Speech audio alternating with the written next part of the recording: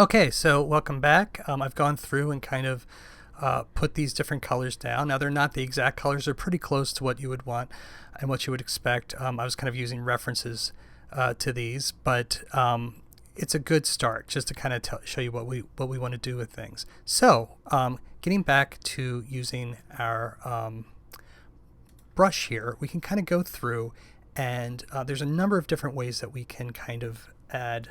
We'll use Charlie Brown here to think. So there's a number of different ways that you can kind of work with this. Making sure that you're on the flats layer. You can just click on these and you can see that it will just select one area. If I have contiguous turned off, however, you'll notice that it now selects every single thing that is that same color. So all of his skin tone there. So I'm going to hit Command D to deselect and have contiguous selected. Once again, making sure that anti-alias is turned off. All right, so we'll have that selected. So what I'm going to do with this is I'm going to copy this and paste it. I've got a new layer, and I'm going to call this first one colors. Let's take a look at what this is. So it's just that. And what I want to do is I want to actually be able to kind of, there are a number of different ways of doing this. So one way of kind of working with this is just kind of going in and let's say that I wanted to put like a highlight on his, the front of his face here. Kind of his nose. I could just go through and do that. And then if we did want to use color of his face there as a reference, I can then double click this and then kind of lighten it up some and then do that. So that's one way of doing it. That's called I think it's called like cut and grab or something like that. So that's one way that might work well with this. Another way of doing this is, let's undo. We can also do something along the lines of using a brush, so we could use our brush tool. And here's a new technique. If you hold down Control and Option on a PC or on a Mac, you can increase or decrease how big your brush is by going left and right. And then up and down increases or decreases the softness. So I want this to be kind of soft. Once again, I'm going to use my color picker here, which we can do by holding down Option. And then if I double click here and select brightness, I can kind of, or lightness even, under Lab, I can increase how bright that is right here. So whatever letter is highlighted, so if I want to affect saturation, that's always what the slider is going to be. Since we've got Lab, if I press L here for lightness, I can control how light or dark this is. So I want to do a highlight here. And actually, the lasso tool, let's just... And what I'm doing here is I'm just basically just kind of creating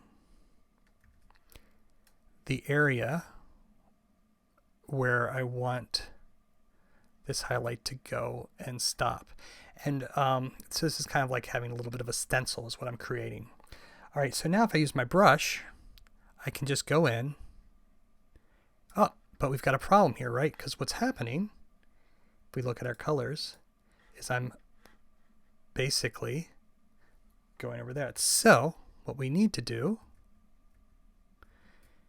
is we're going to lock this so that it only allows you to paint on the parts that are opaque. So you're locking off the transparency, and you do that by clicking here. Now, with that selected, I'm just going to show you what's happening here. Only the places that have color on them already, which are your flats, are going to be used.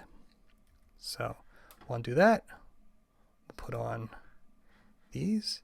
And so, and I'll just make this even a little bit bigger and a little bit softer just to kind of show you how you can kind of create more of a gradation on Charlie Brown here. I could even get rid of, depending on how you want to do this selection entirely.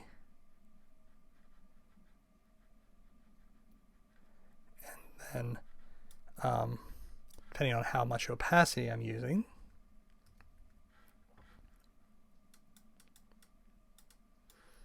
I could kind of have a much more subtle kind of area within that. I don't know if that's showing. Let's actually use my history brush here. Let's just make this really light so it's really obvious what I'm doing.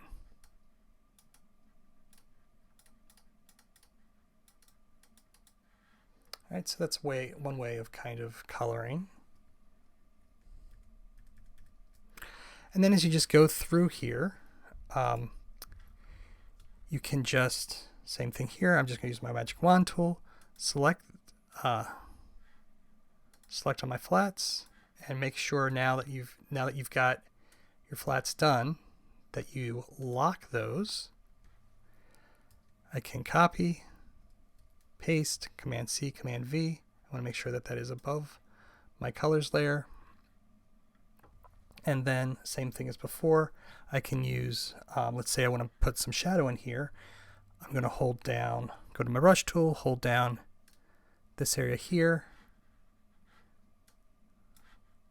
I can double click here. I've got lightness. Now I can just kind of go more into a shadow area. Let's use the wand, or not the wand, the lasso for the areas that I want to. And you know, this doesn't necessarily work the best with Peanuts characters, but you get the idea. So I can kind of create holding down shift here, an area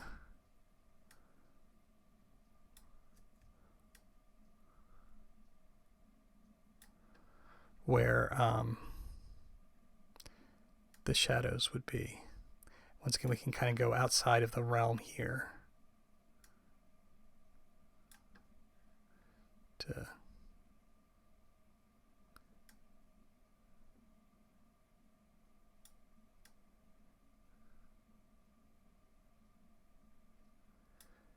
give this a section like that. So let's kind of zoom in, going over my brush, and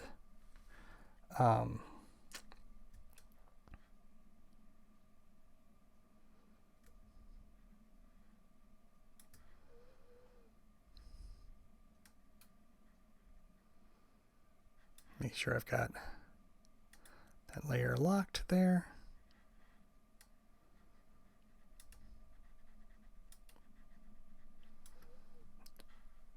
I can add in some shadows here.